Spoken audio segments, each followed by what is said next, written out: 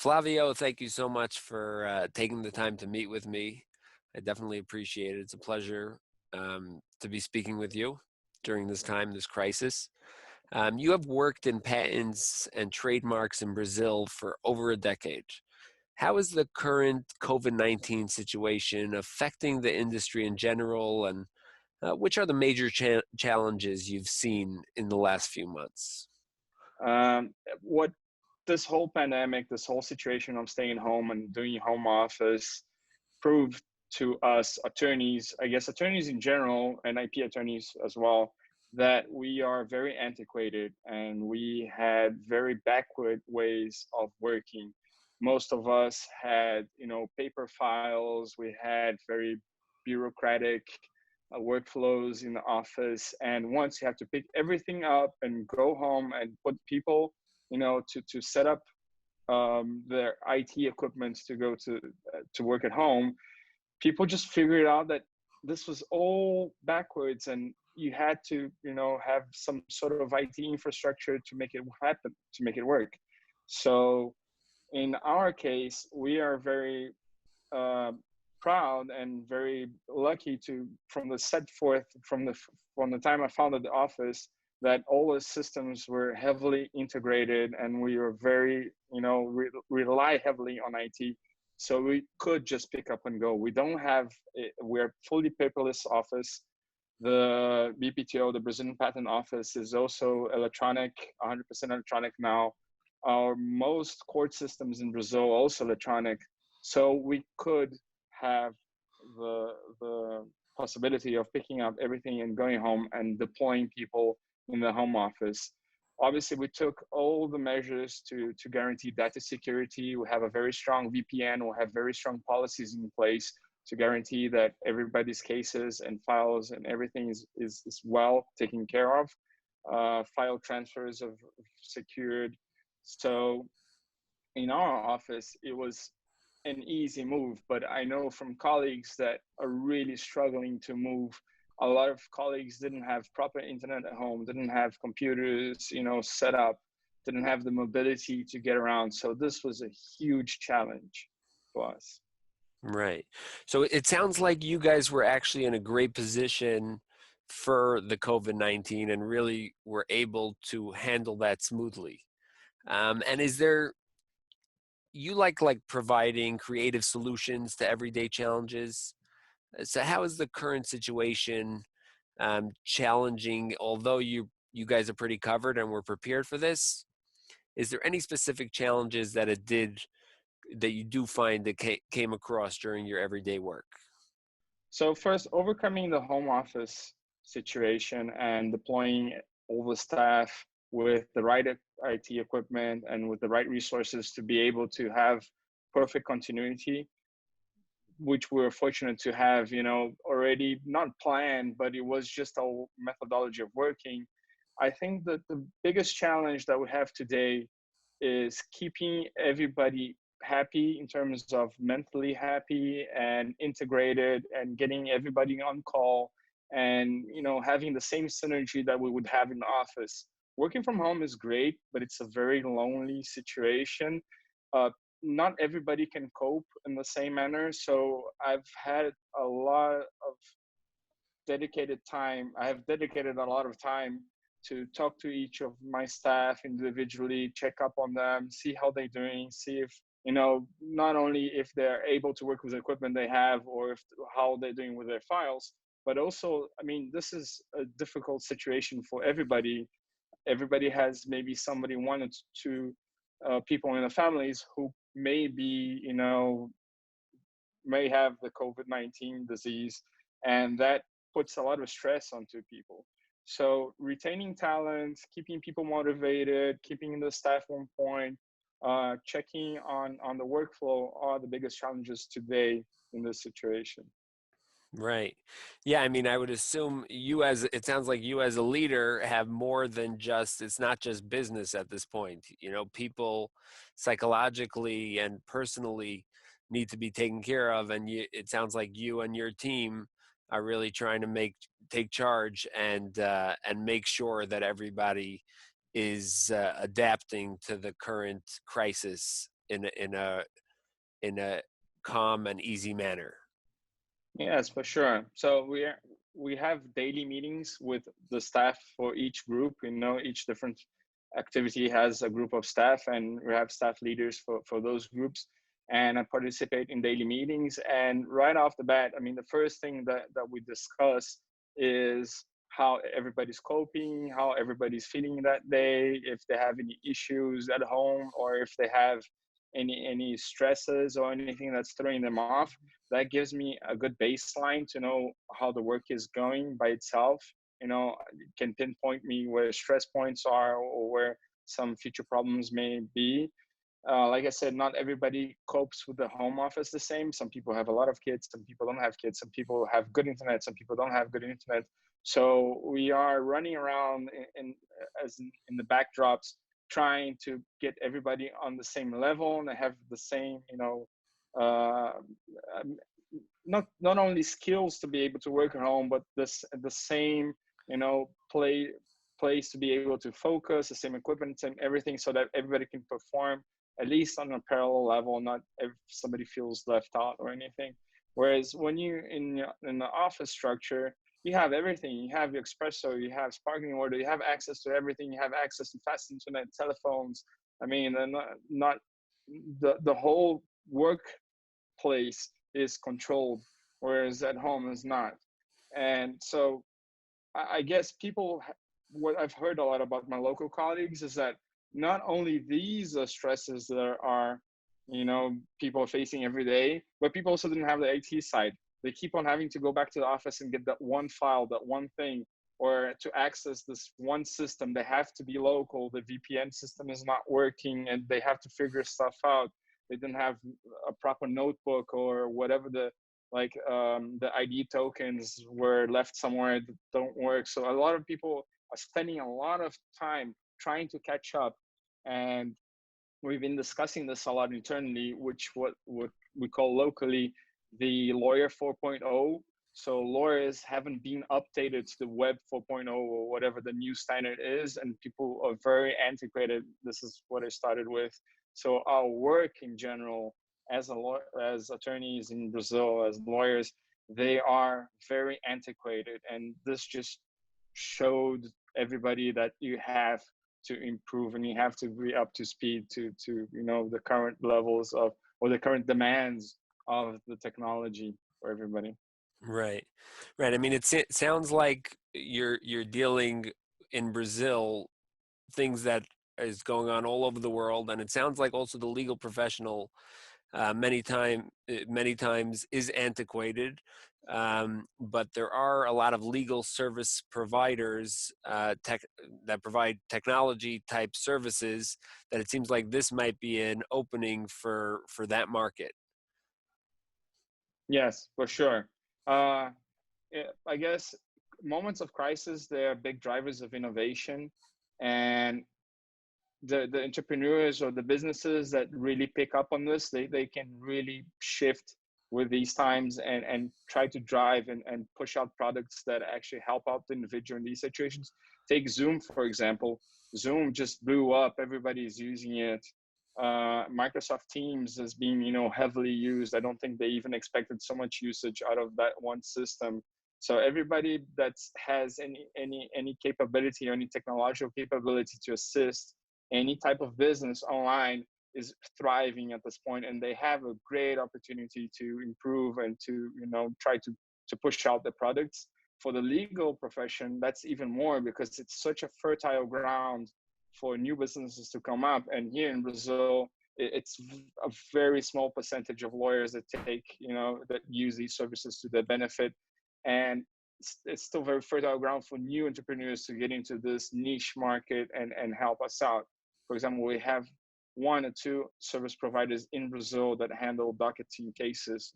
I mean, we have the opportunity to be that tenfold, 10 or 15 times. So people that want to develop, good software for this niche market are in a great position to try and develop new products and push them out.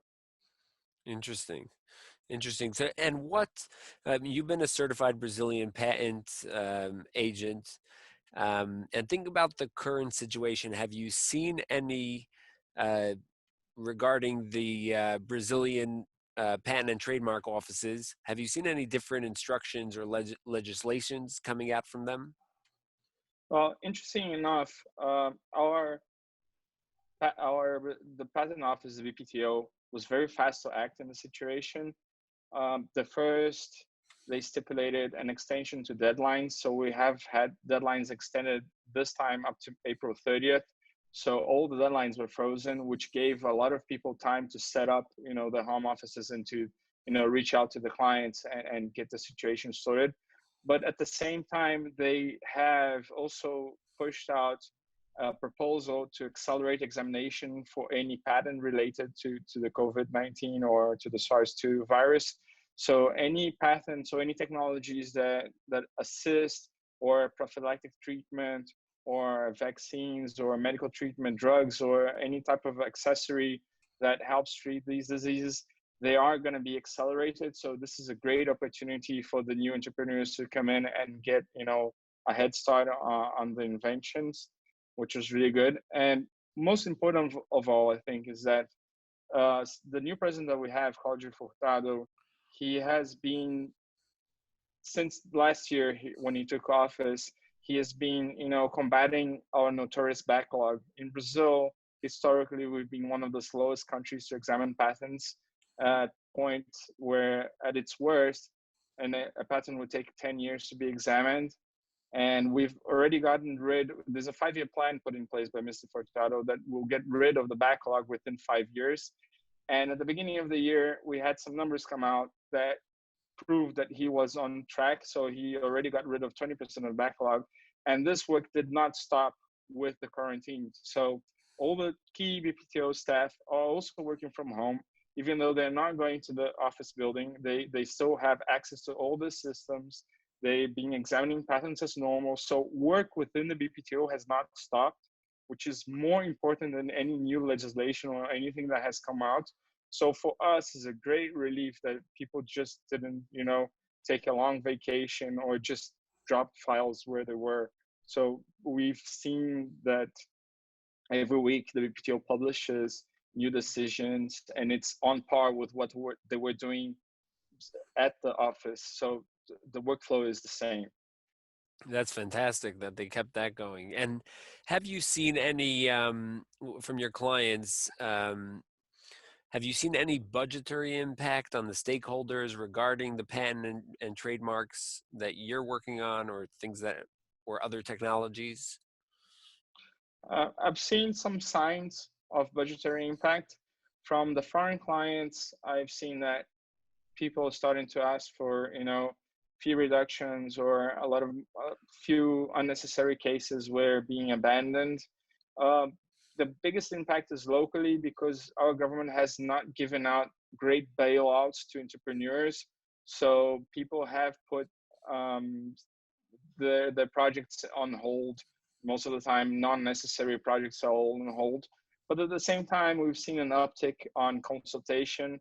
There are a lot of people interested, in developing respirators, related technologies, treatment technologies for COVID. So our consultation has gone through the roof, even though we're doing video conference with these new clients. We're, exchanging emails and first thoughts. So I think this has offset whatever the businesses put on hold, has been offset by new consultations and new opportunities. Wow. Okay. So it sounds like it's offsetting, you losing some clients, but also gaining Yes. a lot of new connections. And is there anything else you would like to add that reflects how the industry has been impacted by the global crisis that we're currently living in? Well, one of my main points of concern, obviously, it wasn't the IT and the home office. It is the health of my associates and my staff and people that work with me. So mental health issues are a big point of concern that I have today, with people being, quarantined at home and not being able to move around and having some sort of restrictions, or also being, on the shadow of this disease that nobody knows if they get it, how they're going to fare with it. So it's nobody knows anything.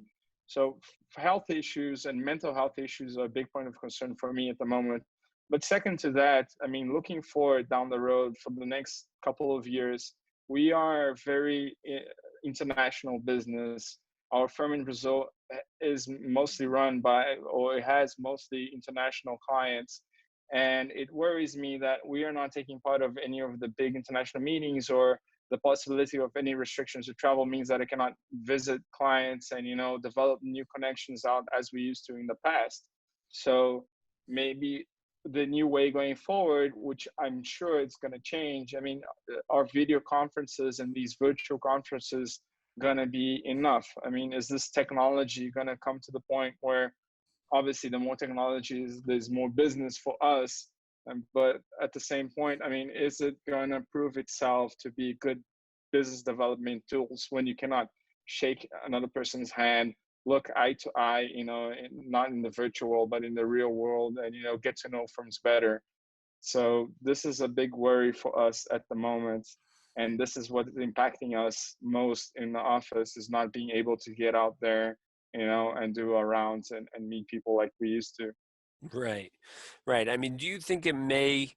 It sounds like it may actually make it easier for you. Like people spend a ton of money, businesses running around to different conferences, but now that everybody's getting more used to having the Zoom meetings or virtual meetings, um, do you think it may actually benefit people that are international, that they don't have to spend the money and travel, because all business professionals are becoming more um, capable of having this Zoom connection or these video connections?